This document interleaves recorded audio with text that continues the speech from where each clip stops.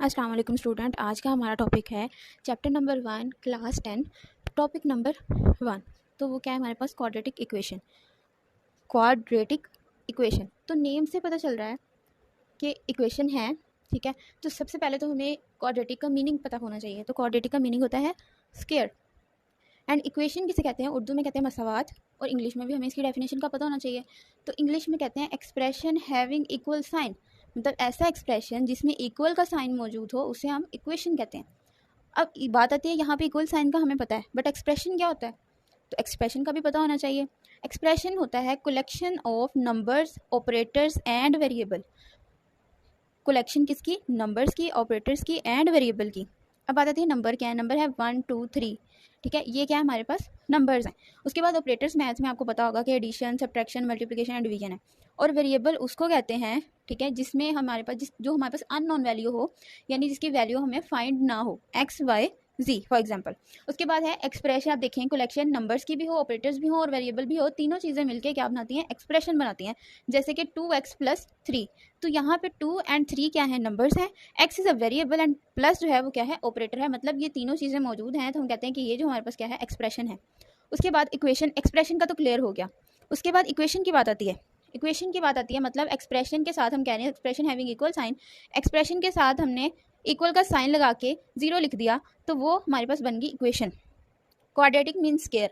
तो इक्वेशन का concept clear हुआ, क्वाड्रेटिक का कॉन्सेप्ट क्लियर हुआ कि स्क्वायर है मतलब इक्वेशन है, ठीक है। तो थोड़ा बहुत आइडिया हो रहा है कि स्क्वायर भी होगा और इक्वेशन भी होगी, ठीक है।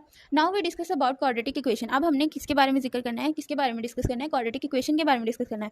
तो क्वाड्रेटिक इक्वेशन की जनरल फॉर्म ये है, ax² + bx + c = 0।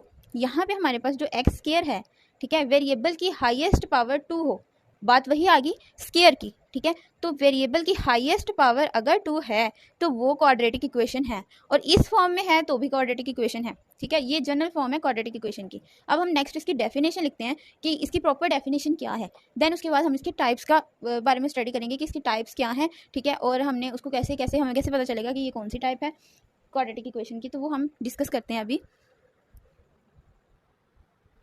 अब देखें डेफिनेशन है, an equation in which the highest power of variable is square. ऐसी इक्वेशन जिसमें हमारे पास हाईएस्ट पावर वेरिएबल की स्क्वायर हो उसको हम कहते हैं कि क्वाड्रेटिक इक्वेशन है।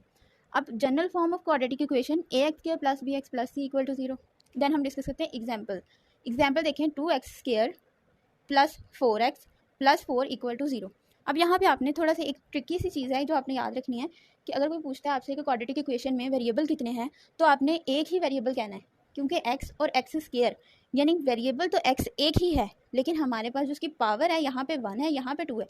तो पावर चेंज होने से हमारे पास वेरिएबल चेंज नहीं होता, वेरिएबल वही रहता है। तो क्वाड्रेटिक इक्वेशन में हमारे पास जो वेरिएबल है वो है x और 1 है, ठीक है। यानी एक ही वेरिएबल है हमारे पास जो कि x है। उसके बाद यहाँ पे हम एग्जांपल देख लेते हैं। ये तीनों क्या है, एग्जांपल है, मतलब x स्क्वायर वाली टर्म है, फिर x है एंड देन कांस्टेंट है। तो ये जो हमारे पास है क्वाड्रेटिक इक्वेशन है। उसके बाद यहाँ पे हम देखते हैं वेयर 4x³ + 2x² + 4 = 0, यानी यहाँ पे हाईएस्ट पावर 3 आ गई, ठीक है, और यहाँ नीचे हाईएस्ट पावर 3 आ गई। तो ये क्या है हमारे पास, आर नॉट क्वाड्रेटिक इक्वेशंस। ये हमारे पास क्वाड्रेटिक इक्वेशन नहीं है, क्योंकि क्वाड्रेटिक इक्वेशन हमें बताती है कि वेरिएबल की हाईएस्ट पावर 2 होनी चाहिए, लेकिन यहाँ पे हाईएस्ट पावर 3 है, जिसकी वजह से ये क्वाड्रेटिक इक्वेशन नहीं है। अब हम डिस्कस करते हैं कि कोफिशिएंट्स और कांस्टेंट कौन से हैं। तो a and b are coefficients, a and b are coefficients, c is a constant. Coefficient किसे कहते हैं, जो वेरिएबल के साथ हो उसे कोफिशिएंट कहते हैं। जैसे यहाँ पे c है, c को हम कांस्टेंट क्यों कह रहे हैं, हम c को भी तो कोफिशिएंट कह सकते हैं, बट कोफिशिएंट उसे कहते हैं जो वेरिएबल के साथ टर्म मौजूद हो, वेरिएबल के साथ वाले डिजिट को हम कहते हैं कोफिशिएंट है। जैसे यहाँ पे वेरिएबल था तो a कोफिशिएंट है, यहाँ पे x वेरिएबल है, b कोफिशिएंट है, यहाँ पे वेरिएबल मौजूद नहीं है, इसलिए हम इसे कांस्टेंट कहते हैं। उसके बाद जो a और b दोनों रियल नंबर से बिलोंग करते हैं, मतलब कि a और b दोनों क्या होंगे, रियल नंबर्स होंगे, और c भी रियल नंबर ही होगा, क्योंकि कांस्टेंट है। कांस्टेंट टर्म्स कौन सी होती हैं, 1 2 3 सो ऑन, तो वो क्या आ जाते हैं, रियल नंबर्स। तो ये देखिए a and b are coefficient, c is a constant, a and b and c तीनों जो हैं वो रियल नंबर से बिलोंग कर रहे हैं।